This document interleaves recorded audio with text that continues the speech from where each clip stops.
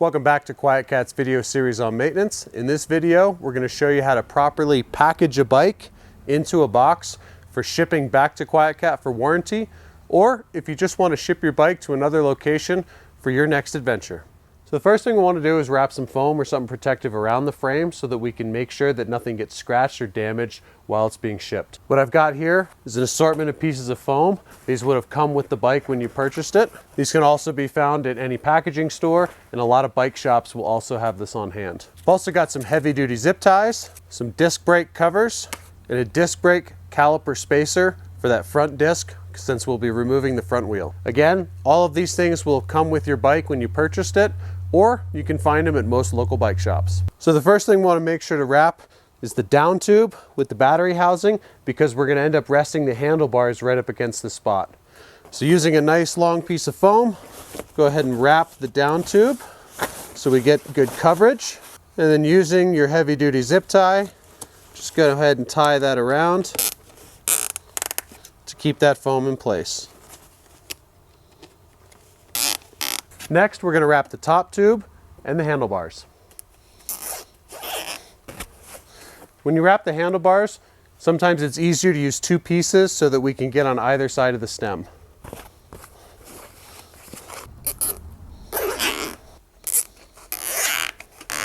Now that we've got this wrapped up, we can go ahead and start removing things like the pedals and then loosen up the stem to remove the handlebars. To remove the pedals, use a 15mm wrench or a pedal wrench included in QuietKat's professional toolkit. The drive side pedal is regular thread, so we can go ahead and use our lefty loosey and loosen that up. Remember, the non-drive side is reverse threaded. Best way to think of it is we always turn towards the back of the bike in order to loosen the pedal.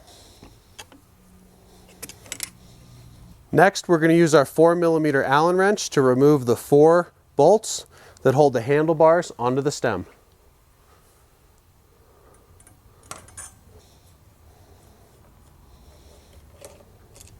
You want to use caution when removing the last bolt. Make sure you hold onto the stem cap and the handlebars so that nothing falls away once this bolt is fully loose. Now we can remove the stem cap, remove the bars. We're just going to very gently set the handlebars down on the tire, resting against the foam in the down tube. And now we'll go ahead and reinstall the stem cap back into the stem for safekeeping.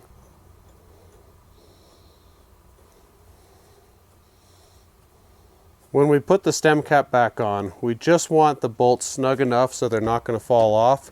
You certainly don't need this to be tight, and make sure that the bolts go in nice and smoothly. The last thing we want to do is accidentally cross thread the stem.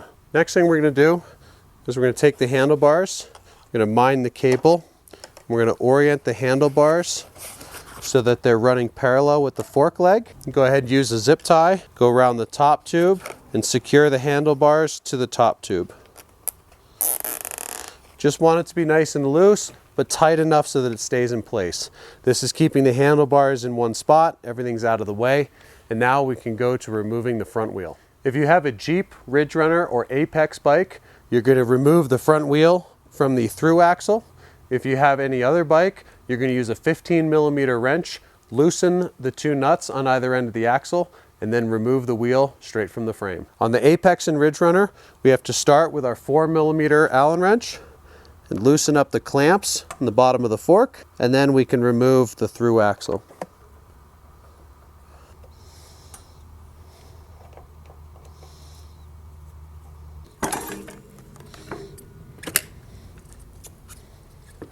So once we've removed the front wheel on the Apex or Ridge Runner, we'll go ahead and replace the axle back into the fork, and then we'll be ready to drop the bike into the box. Just go ahead and wrap the foam around the fork leg, bring the handlebar up against it, and then tie the two together with another strong zip tie.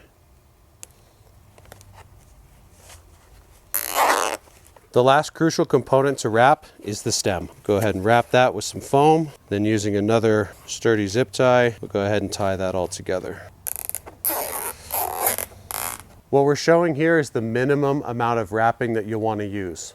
For extra protection, you can go ahead and wrap the rest of the bike, but you at least want to have these key components wrapped and protected in foam. Now we can go ahead and lift up the bike and drop it into the box. This can be a difficult and awkward procedure because of the weight of the bike, so it's best to have a partner help you drop the bike into the box. So with a friend, you're going to go ahead and lift both the front and the back of the bike, going straight up and straight down, making sure not to have anything bind along the way. So now that we've got the bike frame in the box, go ahead and grab our disc brake protector if you have one. Again, you can get these at any local bike shop. You put the protector side towards the box and very carefully drop the wheel in next to the bike until it's all the way in there. It's always best practice to wrap your pedals just so that they're not banging around inside the box. Just a quick little wrap to cover up any of those sharp surfaces. Tie it together with a zip tie. Then go ahead and drop those in the box as well. Now we'll go ahead and close it up. Go ahead and seal the box, standard packing tape. And then we can go through and seal all of the edges for maximum protection for shipping for your next destination or back to QuietKat. If you have any questions or comments about how to pack the bike, go ahead and drop them below, and we'll see you out on the trails.